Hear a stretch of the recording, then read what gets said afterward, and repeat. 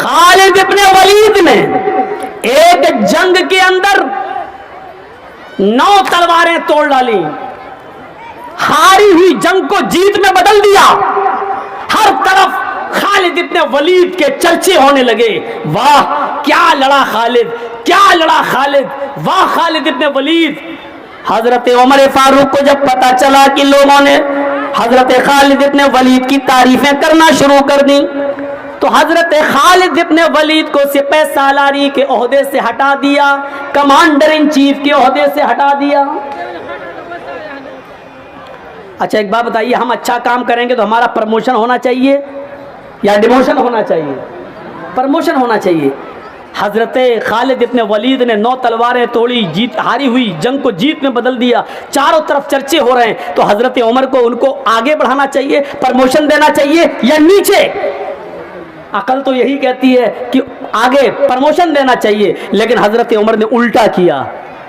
کیا کیا؟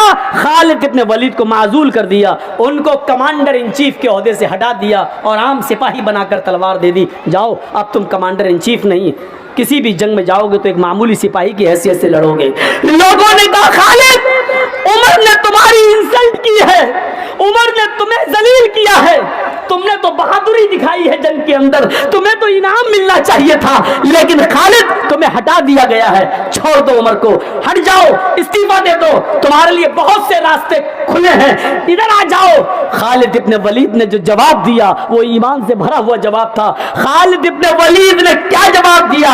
نحنو نقاتل فی سبیل اللہ ولا نقاتل فی سبیل عمر، ہم جو جنگ لڑ رہے تھے وہ اللہ کے راستے میں لڑ رہے تھے، عمر کے راستے میں نہیں لڑ رہے تھے، ہم نے جنگ اللہ کے لیے لڑی ہے، عمر کے لیے نہیں ہے۔ ہم معمولی سپاہی بن کر بھی ہم جہاد کریں گے، لیکن عمر کے لیے نہیں، عمر کے رب کے لیے کریں گے۔ میرے بھائیوں یہ اسلام تھا، یہ ایمان تھا اس زمانے کے صحابہ کے اندر۔ تم تو اپنے بھولے بھالے جو دور سے آئے ہیں یہ مسلمان بھائی جو سننے کے لیے آئے ہیں، تم ان کو تکلیف دینے کے لیے ان کے سامنے کھڑے ہو گئے ہو، تم ان کے لیے مصیبت بنے ہو، تم اپنے بھائیوں کو راستہ نہیں دے سکتے ہو، ان کے لیے بیٹھ نہیں سکتے ہو، تم اسلام کے لیے اپنی جان کی قربانی کیا دو گے؟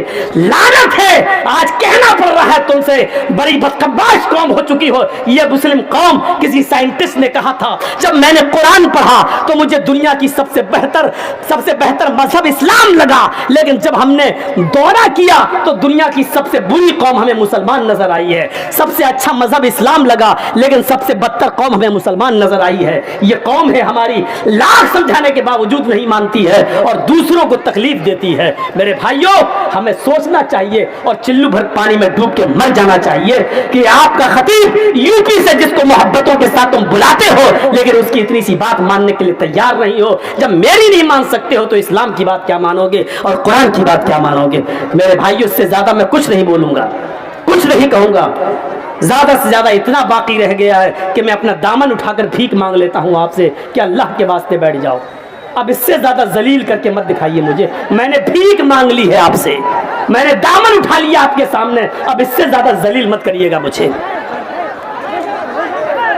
بیٹھ جائیے بس، اس سے زیادہ ہم کچھ نہیں کہیں گے۔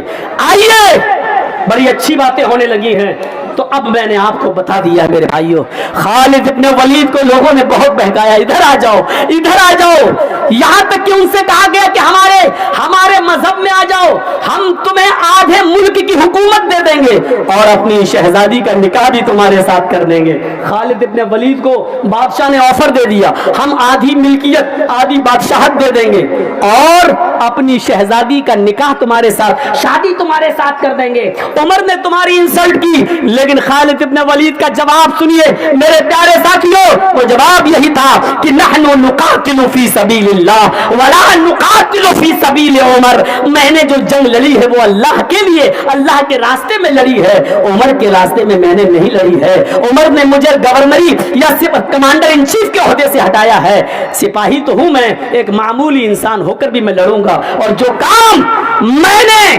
کمانڈر ان چیف کی شکل میں کیا اس سے بڑھ کر کام ایک معمولی سپاہی کی حیثیت سے میں کروں گا، کیونکہ میں عمر کے لیے نہیں لڑ رہا ہوں، عمر کے رب کے لیے لڑ رہا ہوں۔ میرے پیارے ساتھیوں یہ جذبہ ہونا چاہیے ہمارے اور آپ کے اندر ایمان کا۔